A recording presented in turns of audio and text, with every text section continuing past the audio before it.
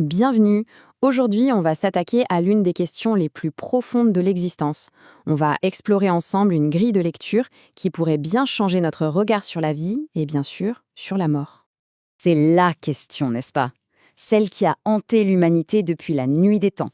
Mais si on gratte un peu la surface des réponses habituelles, on trouve des cadres de pensée qui décrivent un processus bien plus structuré, bien plus fascinant qu'on ne l'imagine. Alors, mettons de côté un instant l'idée d'un choix binaire, paradis ou enfer. L'approche qu'on explore aujourd'hui nous propose quelque chose de complètement différent. Imaginez plutôt un voyage progressif, une sorte d'ascension à travers plusieurs dimensions, chacune correspondante à une partie de nous-mêmes. Comment est-ce qu'on peut se représenter ça? Eh bien, la meilleure image, c'est celle des poupées russes. Imaginez un peu que nous ne sommes pas juste un seul corps, mais toute une série de corps imbriqués les uns dans les autres, du plus dense au plus subtil. Et chaque corps nous permettrait d'exister sur un plan de réalité différent. Et alors, combien de poupées? Combien de corps? Eh bien, selon cette vision des choses, il y en a 7. Oui, 7 couches bien distinctes qui, tout ensemble, forment notre être dans sa totalité, chacune vibrant à sa propre fréquence. Bon, tout ça peut paraître un peu abstrait. Alors pour que ça nous parle vraiment, on va imaginer ensemble le parcours d'un être cher qui nous a quittés. Ça nous permettra de suivre chaque étape de manière beaucoup plus concrète et intime. Le voyage commence donc avec les 4 premiers corps. On les appelle les corps inférieurs. Ce sont nos enveloppes temporaires, celles qui sont liées à notre vie terrestre actuelle, et uniquement à celle-ci. Le processus de libération après la mort se fait donc en 4 grandes étapes.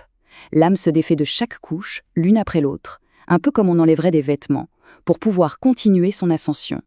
Le premier corps, évidemment, c'est celui qu'on connaît par cœur, notre corps physique. C'est notre véhicule, notre avatar pour interagir avec le monde matériel.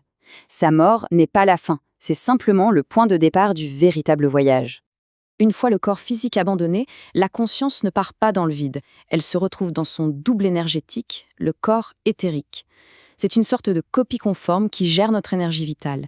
Et en temps normal, il se désintègre simplement quelques jours après la mort. Et c'est là que ça devient fascinant. Il paraît que si ce corps éthérique ne se dissout pas correctement, par exemple après une mort très brutale, il peut rester comme un écho, une sorte de fantôme. Mais attention, ce serait une coquille vide, sans conscience, qui rejouerait en boucle les derniers moments de la vie. Après la couche énergétique, on passe à celle des émotions, le corps astral. C'est le centre de nos désirs, de nos peurs, de nos joies. D'ailleurs, c'est lui qui expliquerait le phénomène très réel des douleurs fantômes. Même si le bras ou la jambe physique n'est plus là, son double astral, lui, est toujours intact, ce qui crée cette sensation. Et enfin, la dernière enveloppe temporaire, le corps mental. C'est le QG de notre intellect, de notre ego, de la personnalité qu'on a construite. Son rôle est crucial. Il agit comme un processeur qui fait le bilan de toute la vie qui vient de s'écouler pour en transmettre l'essence aux couches supérieures de l'âme.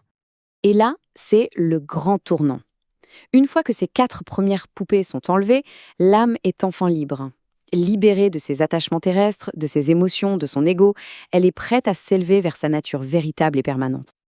On entre maintenant dans le noyau dur de notre être, la partie qui ne meurt jamais, les 3 corps supérieurs. Ceux-là, ils constituent notre véritable essence, celle qu'on emporte avec nous, de vie en vie. Le premier de ces corps permanents, c'est le corps causal. Imaginez-le comme le disque dur ou le cloud de notre âme. C'est là que sont stockées les mémoires de toutes nos vies passées, toutes nos expériences et surtout les liens d'amour éternel qu'on a tissés. C'est le siège de notre individualité profonde. Si l'âme a atteint un certain niveau d'évolution, elle accède à un plan encore plus élevé, le corps bouddhique. Ici, on dépasse l'intellect et la mémoire. C'est le domaine de l'intuition pure, de la connaissance directe des grandes vérités, un état de plénitude, de pur bonheur. Et on arrive au sommet, à l'étape ultime, le corps atmique. Là, c'est la fusion totale. L'étincelle individuelle qu'on est rejoint le grand feu universel. L'esprit se fond dans la source. C'est l'illumination, l'aboutissement du très long voyage de l'âme. Bon, on a vu tout ce parcours. Mais alors, pourquoi tout ce processus si complexe, ces 7 corps, ces vies multiples? Il est temps de rassembler les pièces du puzzle. Et voici peut-être l'idée la plus réconfortante de toutes. La souffrance, le manque, le chagrin, tout ça c'est lié au corps inférieur, les corps temporaires. Ce sont des expériences de l'incarnation. Mais l'amour, lui, est gravé dans notre disque dur éternel, le corps causal. Le souvenir de l'amour, lui, ne se perd jamais. Le but, de notre existence ici, sur Terre, serait donc d'apprendre à aimer plus purement, à nous détacher de ce qui est passager pour nous concentrer sur ce qui est éternel.